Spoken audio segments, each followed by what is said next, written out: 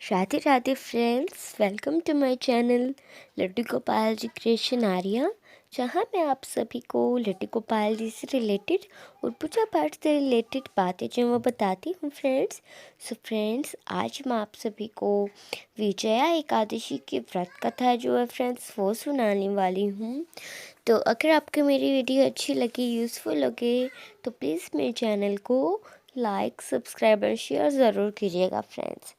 तो विजया एकादशी फागुन मास के श्री कृष्ण पक्ष की एकादशी है। एक बार धर्मराज युधिष्ठिर बोले कि हे जनार्दन, फाल्गुन मास के कृष्ण पक्ष की एकादशी का क्या नाम है तथा उसकी विधि क्या है, सो सब कहिए। तो श्री कृष्ण भगवान बोले कि हे राजेश्वर, फाल्गुन मास के कृष्ण पक्ष के एकादशी का नाम विजया एकादशी है। इसके व्रत के प्रभाव से मनुष्य को विजय मिलती है। इस विजया एकादशी के महात्म्य इस विजया एकादशी के महात्म्य के श्रवण व पठन से समस्त पाप नष्ट हो जाते हैं। एक समय देवऋषि नारद जी जगत पिता ब्रह्मा जी से पूछते हैं कि हे ब्रह्मा जी, आप मुझे फागुन मास के कृष्ण पक्ष की विजया नामक एकादशी का विधान बतलाइए।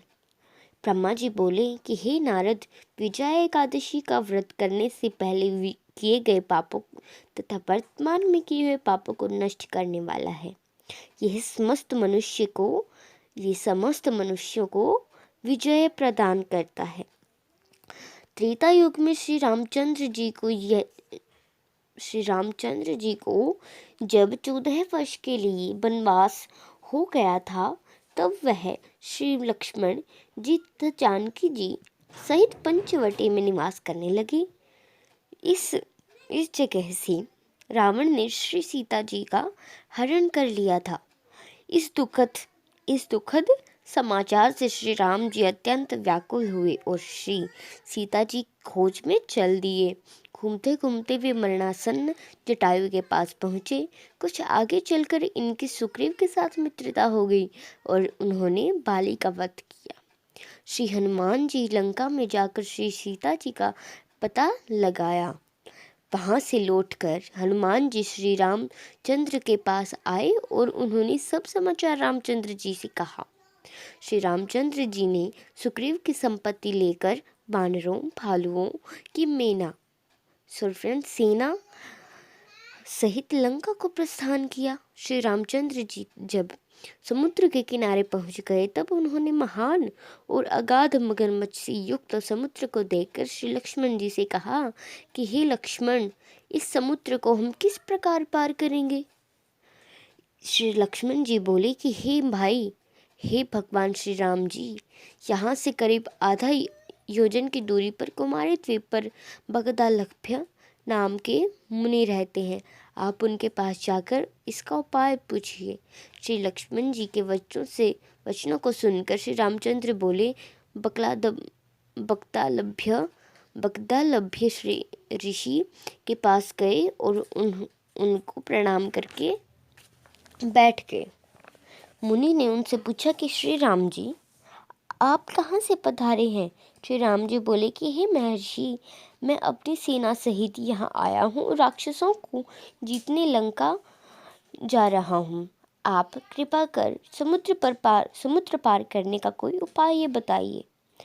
बगदालभ्य ऋषि बोले कि हे राम जी, मैं आपको एक उत्तम व्रत बतलाता हूँ। फाल्गुन माह के कृष्ण पक्ष की विजया एकादशी का व्रत करने से तुम समुद्र से अवश्य ही पार हो जाओगे और तुम्हारी विजय होगी।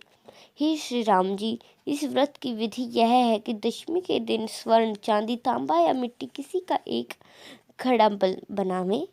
इस घड़े को दिल से नहीं फ्रेंड, जल से भरकर तथा उस पर पंचपल्लव रखकर वेदिका पर स्थापित करें।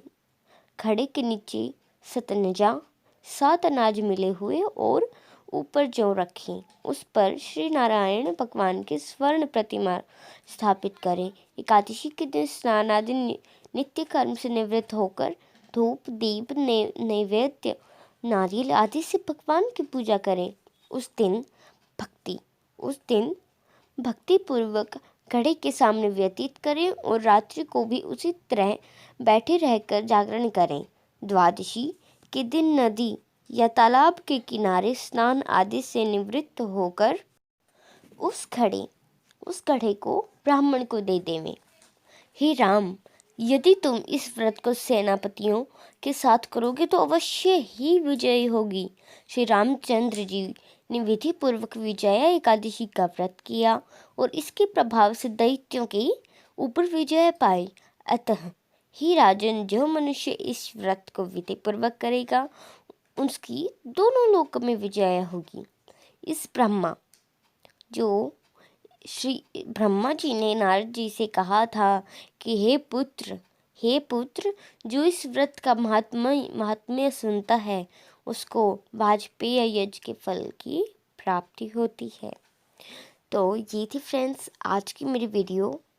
आप ज़रूर शेयर कीजिएगा फ्रेंड्स, आपकी फ्रेंड्स के साथ।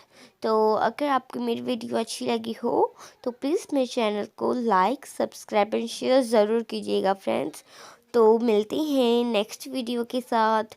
तो तब तक के लिए राधे राधे, हरे कृष्णा। आप कमेंट डाउन ज़रूर करना कि वीडियो आपको कैसी लगी, महात्म्य यूज़फुल लगा या फिर नहीं। तो राधे राधे, हरे कृष्णा।